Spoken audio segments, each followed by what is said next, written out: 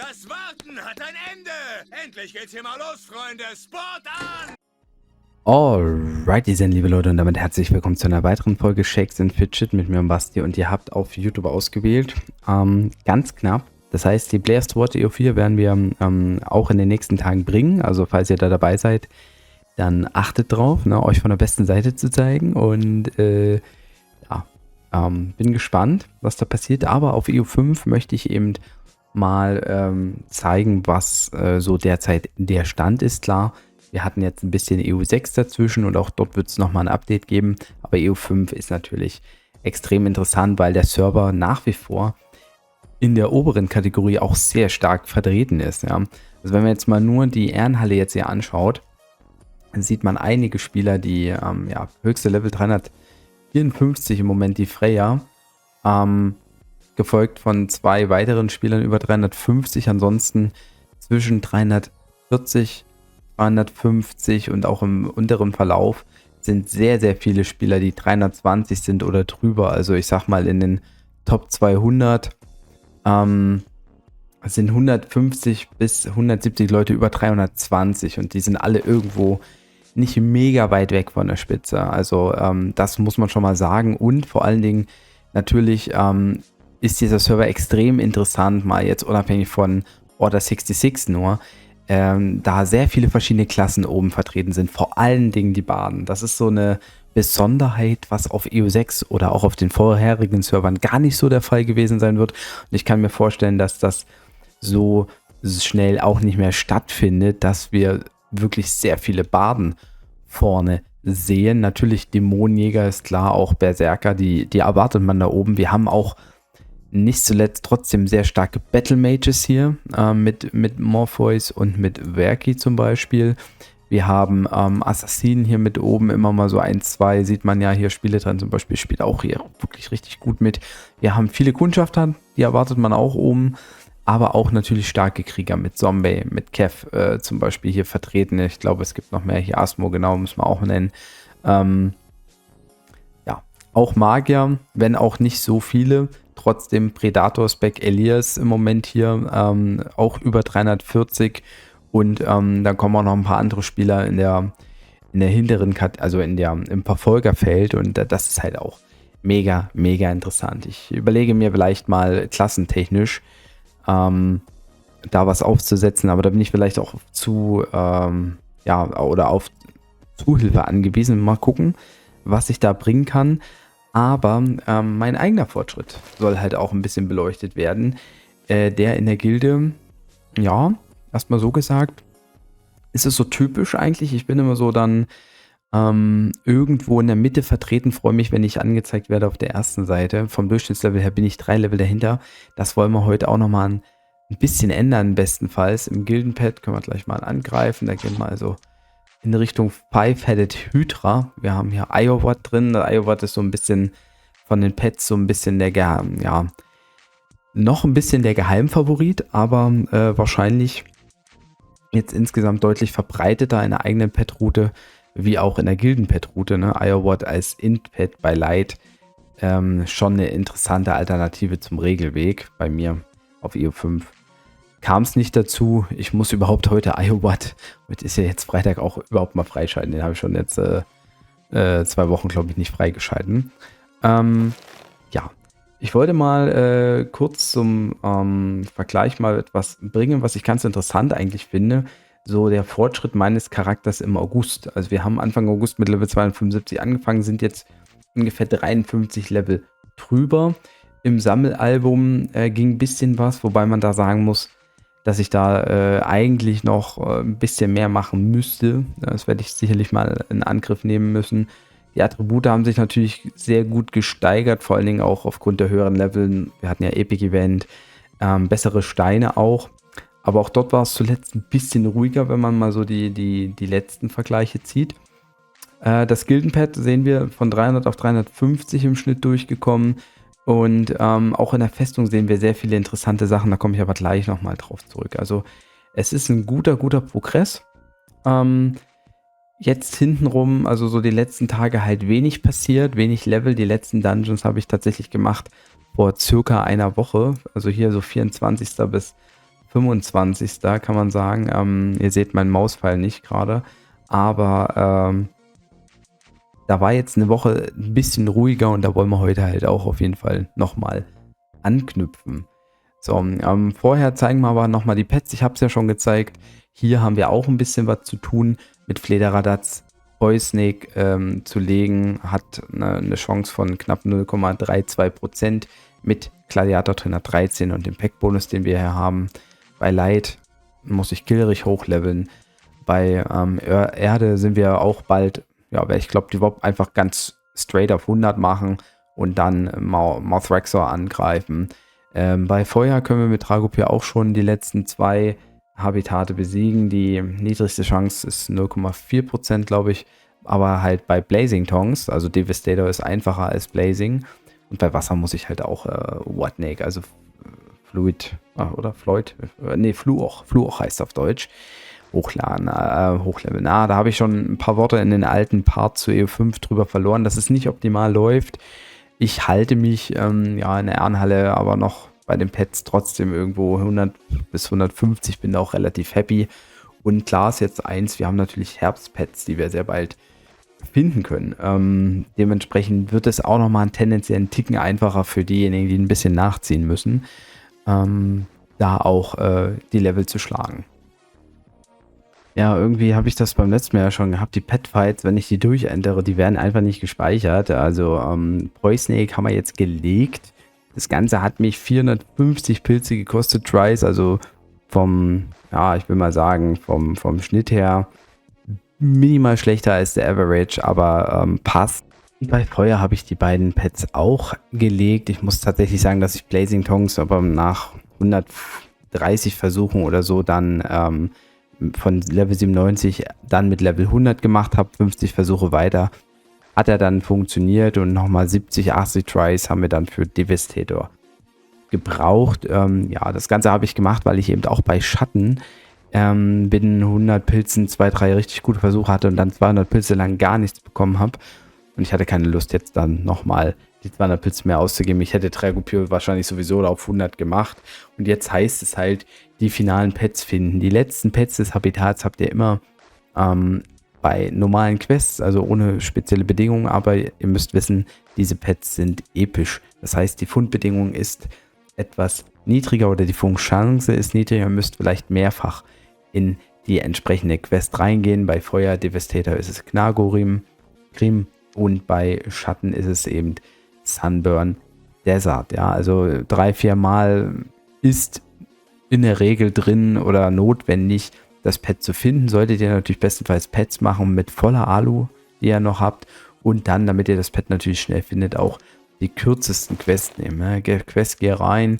Und dann schauen wir, ob wir Knagorim oder Sunburn Desert finden. Ist jetzt hier gerade nicht der Fall. Wir haben jetzt mittlerweile XP-Event. Hier haben wir Sunburn Desert. Wir finden hier sogar schon eine Quicksand Hourglass dazu. Das ist natürlich ein bisschen ärgerlich. Ja, aber wir haben auch Knagorim dabei und hat leider nicht funktioniert, der wenigsten Frucht bekommen. So müssen wir jetzt hier ein bisschen weitergehen. Im Zweifel die kürzesten Quest auch beim XP-Event, damit ihr eben die Pets entsprechend finden könnt. Ja, wenn die XP halbwegs noch vertretbar ist, kann man das definitiv machen. Jetzt haben wir hier wieder Sunburn Desert und natürlich ein Quicksand Hourglass dabei. Nichtsdestotrotz, gehen wir mal rein. Denn bam. Es ist jetzt mittlerweile so, dass man die Pet-Eier trotzdem finden kann. Es gab mal das Problem, dass es nicht möglich war. Jetzt ist es möglich und hier hat man echt wirklich Glück, dass es gleich funktioniert hat. Mit Poisonake können wir gleich mal reinfüttern. Geil. Ja, also während des Sanduhren-Events kann man auch die entsprechenden Pets finden. Das war früher mal anders, wurde aber Gott sei Dank geupdatet. Guck mal, jetzt haben wir ein Feuerpet bekommen, aber nicht Devastator, sondern Pyroplant. Denn wir haben Herbst, offiziell. Ich habe es erwähnt, 1. September bedeutet Herbstpets. Könnt ihr also in jedem Habitat, glaube ich, ein Pet finden, mindestens in der Nacht oder am Tag. Ja, und Epic Abenteuer Extravaganza ist ja auch noch am Start. Ist eigentlich gar nicht so schlecht. Auch die Änderungen, die sie da mal gemacht haben, dass es verschiedene Quests sein können, dass sie nicht mit der letzten Quest einhergehen, für die Free-to-Play-Spieler, aber auch für die Pay-to-Win-Spieler. Eigentlich sehr geil. Wäre natürlich recht fett, eine Waffe zu kriegen. Also das wäre richtig geil. Haben wir leider nicht bekommen jetzt hier, ne? Nicht bekommen, 422. Ist ein kleines Upgrade, muss ich mir überlegen, ob ich das einsetzen will, um ehrlich zu sein. So Leute, und das war, by the way, das 6. Mal Knagurim, das ich bekommen habe. Also einmal habt ihr ja gesehen, ich habe es dann nochmal 4-mal gehabt, ohne Pet. Und jetzt habe ich ungefähr, ich habe also 120 Alu verbraucht, knapp. Und hatte aber 6-mal Knagurim drin, ja. Also, ja. Das heißt, auch dort hat die Statistik dann irgendwann auch funktioniert. Und das heißt, wir haben jetzt hier schon 2 Final Pets. Und ja, die kann ich jetzt auf jeden Fall füttern. Bevor die auf 100 sind, habe ich bei Wasser und bei Licht auf jeden Fall auch die Habitate besiegt. Davon gehe ich sehr straight von aus.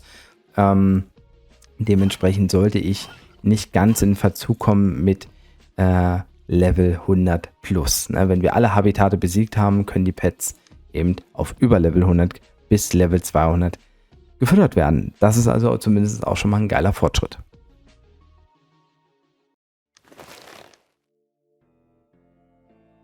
Ja, und den Fortschritt, den ich machen will mit meinem eigenen Char, ist natürlich gerade in den Dungeons. Da ist ein bisschen was passiert. Es gibt ein paar Dungeons, die haben eine Prozentchance von knapp 1% oder mehr. Der hier zum Beispiel gehört mit dazu. Ich bin bei Cold Damage, das passt also den sollten wir eigentlich legen können, aber mir fällt gerade nochmal auf, dass wir natürlich vielleicht erstmal nochmal in das Portal gehen.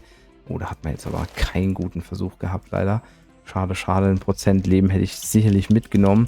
Aber ja, mit diesen Dungeons sollte man dann eigentlich in der Lage sein, vom Level her weiter oben dazustehen. Und da ist er auch gefallen. Also hier, ja, der Server hängt ein bisschen hinterher im Moment, finde ich, aber ja, der Unterschied ist eben, wie gesagt, irgendwie, dass man, dass die Dungeon-Fights gespeichert werden, aber leider nicht die Pet-Fights, die man gewinnt. Also das müsste man vielleicht auch mal einstellen, aber ja, sind ja einige Magier dabei gewesen. Hier gucken wir uns nochmal an. Ein paar kleines Abtasten und dann hinten raus müssen die fetten Crits kommen und die ja, sind auch gekommen, Gott sei Dank. Hier hatte ich Glück, dass er nicht gegrittet hat, sonst wäre das schon wieder kaputt gewesen. Und so kann man also mit den Leveln ein bisschen voranschreiten. Auch in der Schattenwelt gibt es ein bisschen was zu tun. Der Dungeon hier kann zum Beispiel fallen und auch der hier.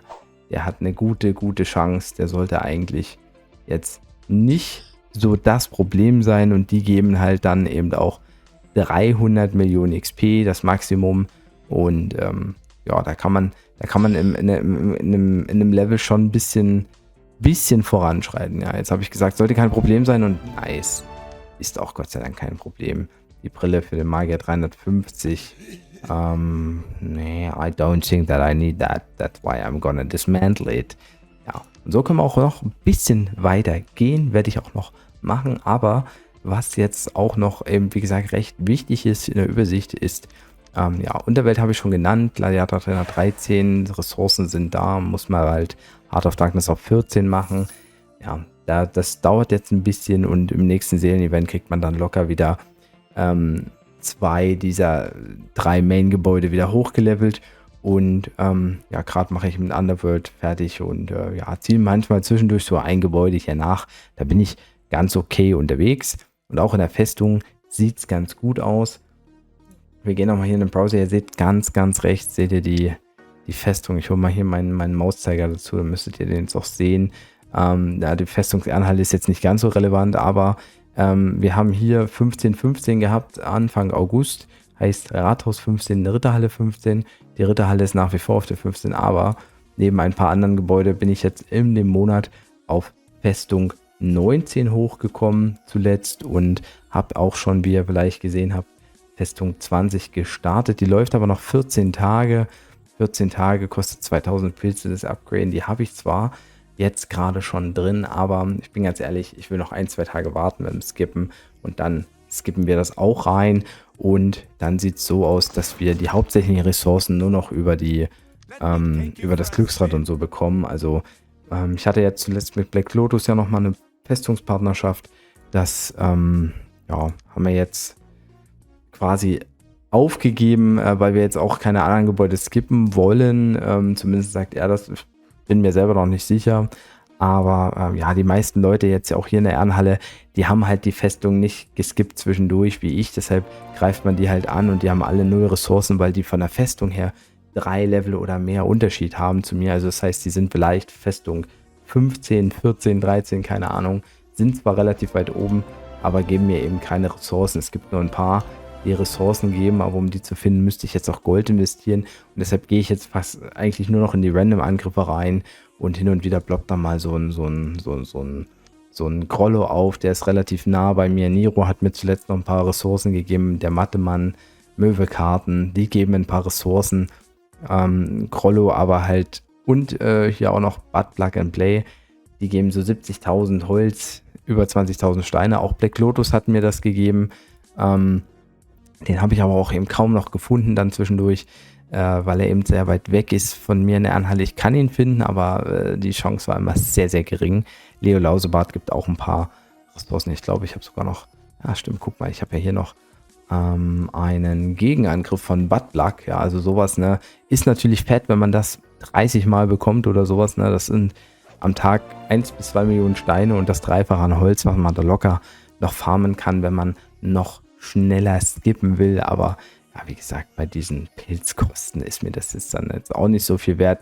Klar, es wird doch noch ein bisschen dauern, bis ich die Ressourcen habe für Hall of Night 20. Es gibt ja ein paar Spieler bei uns in der Gilde, die schon Hall of Night 20 haben, ne?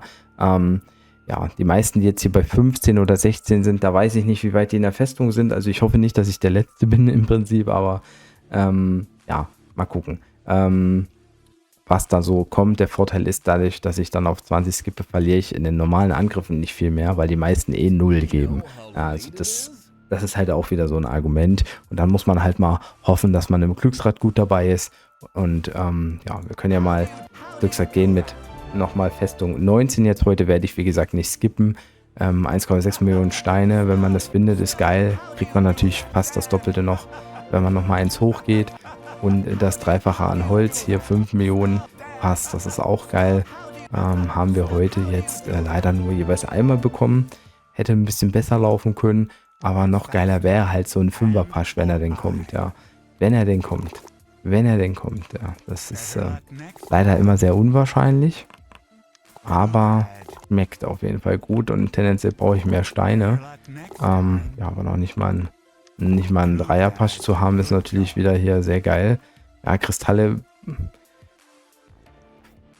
brauche ich nicht. Ich brauche eigentlich mehr Metalle, deshalb gehe ich auf Holz, aber so vom Glück geküsst bin ich da jetzt heute nicht, würde ich mal behaupten. Ja, Gold. Nehme ich halt Gold. Das ist auch nicht so geil. Jetzt haben wir mal 3-mal Hölzer dabei, 1,9 Millionen, ne? Aber ja, rechnet da erstmal mal 5 und nochmal mal 5, ja. Einfach mal 25 Millionen. Das, ja, ne, mehr sogar. 30 Millionen wären das. Und das bei Rathaus 19. Ja, also mit Rathaus 20 wird es ja auch nochmal verdoppelt. Und das ist natürlich schon extrem fett. Haben wir nochmal einen Dreierpasch für Holz bekommen. Ich brauche eigentlich Steine, Leute. Ich brauche Steine. Ja, kein Glück gehabt, ja. Also das ist so ein bisschen unterschiedlich. So bin ich jetzt bei 54 Millionen Holz, 4,3 Millionen Steinen. Das reicht natürlich noch nicht aus für die Hall of Nights, aber das wird. Und spätestens zu einem Festungsevent profitiert man ja auch von der hohen Festung. Dann kriegt man richtig viele Ressourcen. Parallel dazu kann man auf jeden Fall dann die Schatzkammer ausbauen, die ja im Moment auf 13 bei mir ist. Aber die habe ich schon auf 15 hochgemacht. Die Gemmine ist jetzt eben im Moment auf 12. Also die Gebäude kann man parallel dann auch mal ausbauen. Ich meine, so eine Treasury kostet 3 Millionen Holz und 1 Million Steine. Das hat man mit einem Glücksrad raus. Ja, das ist also kein Problem. Dauert aber auch 6 Tage. Also muss man auch fast über 700 Pilze ausgeben, wenn man das skippen will. Also, ne, das ist, ja, so wird sich früher oder später hier alles füllen, wenn man nicht skippt. Ja, also das ist kein Problem. Ja, und das war jetzt so ein bisschen der letzte dann, von denen ich machen wollte. Die meisten hatten über 1% Chance, habe ich schon gesagt, oder knapp 1%. Der Odin war bei 1,43%, muss ich sagen, und der hat mich aber am meisten Pilze gekostet, also 250 oder sowas habe ich da ausgegeben. In der Schattenwelt ging auch ein bisschen was und es gibt noch ein paar Dungeons, die man machen könnte.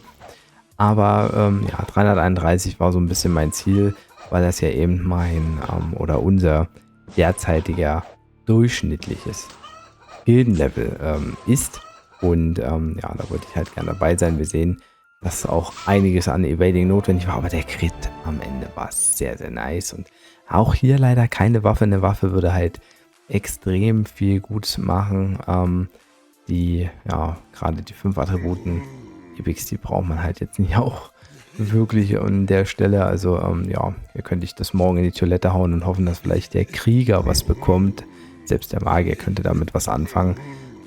Ja, eine Waffe haben wir bekommen, aber leider von einem schlechteren Dungeon. Deshalb ist die halt auch schwächer und ja, ist halt so, ne? 331 stehe ich jetzt also da. Gildenlevel Durchschnitt erreicht. Alle muss ich auch noch ein bisschen spielen. Und damit, wie gesagt, bin ich eigentlich relativ zufrieden. Ja, machen wir noch zum Ende das Gildenportal. Ja, das war jetzt nicht so stark. Aber Moment, ja, wir stehen zumindest da. Kann ja auch so sein. Kann ja auch ganz nice sein. Ich würde sagen, das war es dann erstmal von mir. Ich hoffe, das Upgrade hat euch gefallen. Wenn ihr Fragen habt, stellt sie gerne in die Kommentare. Das war's. Haut rein, macht das, tschüss und servus. Euer Basti.